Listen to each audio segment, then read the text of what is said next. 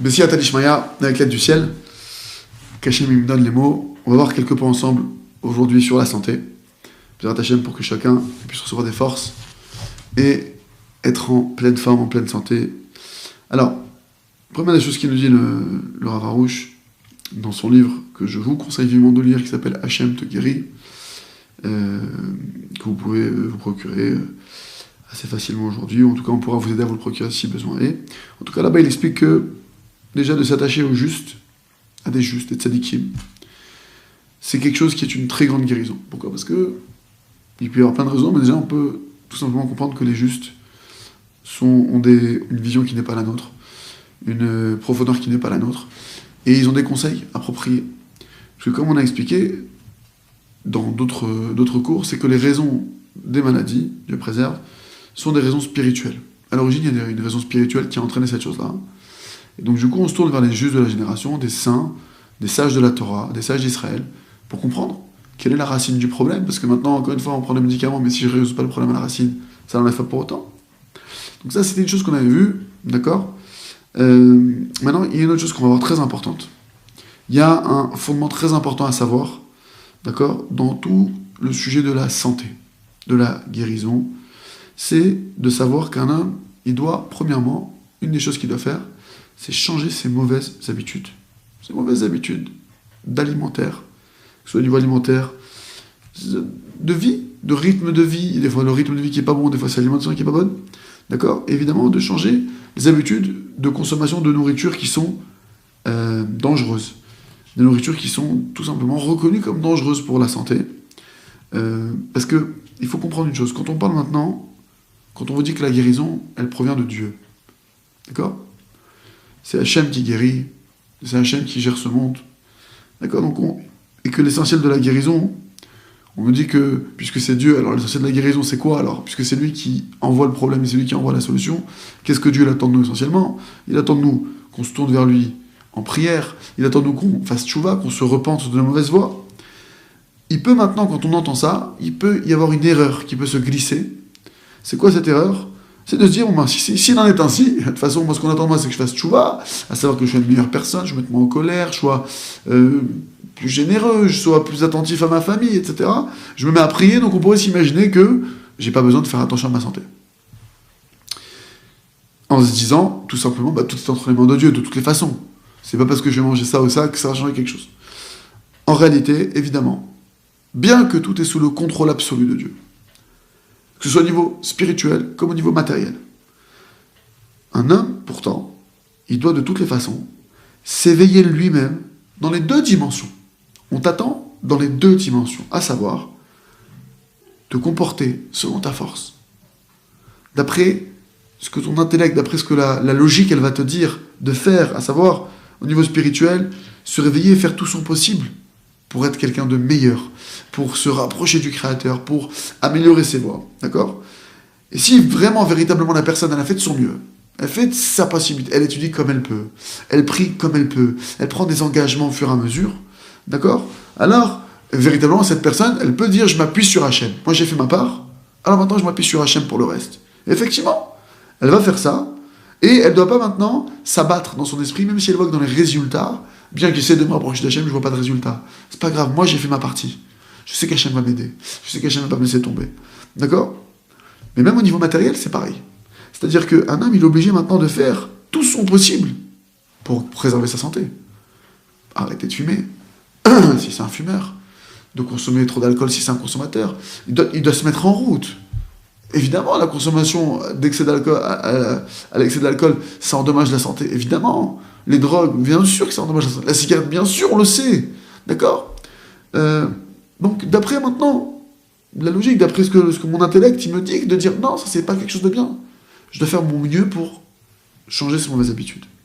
Et il faut savoir, quelque chose de très important, c'est que quand quelqu'un il va changer, quand un homme il change, ces mauvaises habitudes qui sont dévastatrices, qui sont endommageantes, qui endommagent son corps du préserve, et qui commence à prendre de bonnes habitudes, manger plus sainement, ça s'appelle aussi faire tchouva. Quelqu'un qui fait ça, c'est aussi ça s'appelle aussi qu'il est en train de se repentir. La nourriture, concrètement, c'est ce qui va maintenant rattacher le corps avec l'âme. C'est ce qui relie le corps à l'âme. D'accord? Chaque nourriture, selon sa nature de départ, va influer sur l'homme.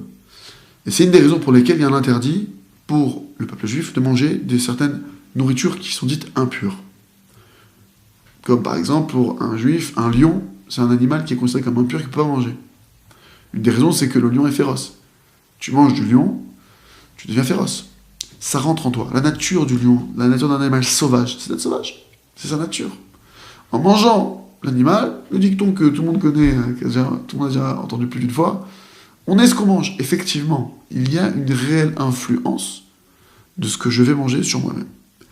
Parce que ça va entraîner, et ça va créer en l'homme, ça va développer une seconde nature.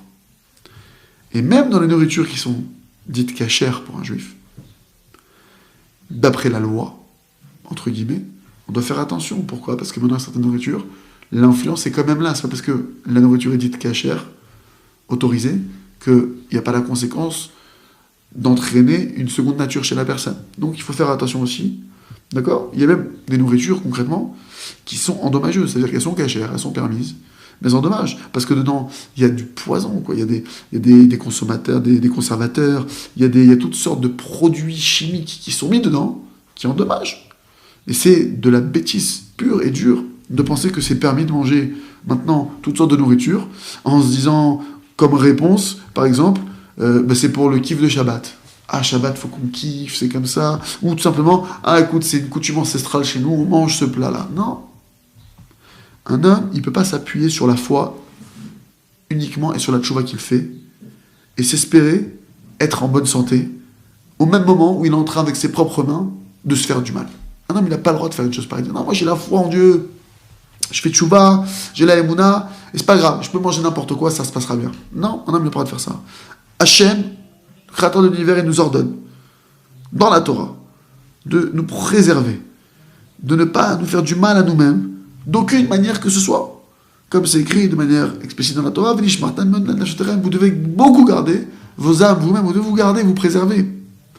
Même d'après la nature, il est clair que même les traitements, les médicaments, ils endommagent beaucoup.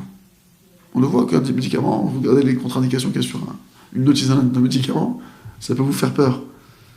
Il n'y a évidemment aucun chemin pour guérir autre, si ce n'est par le fait de faire tchouva, de se repentir et de prier. C'est le chemin.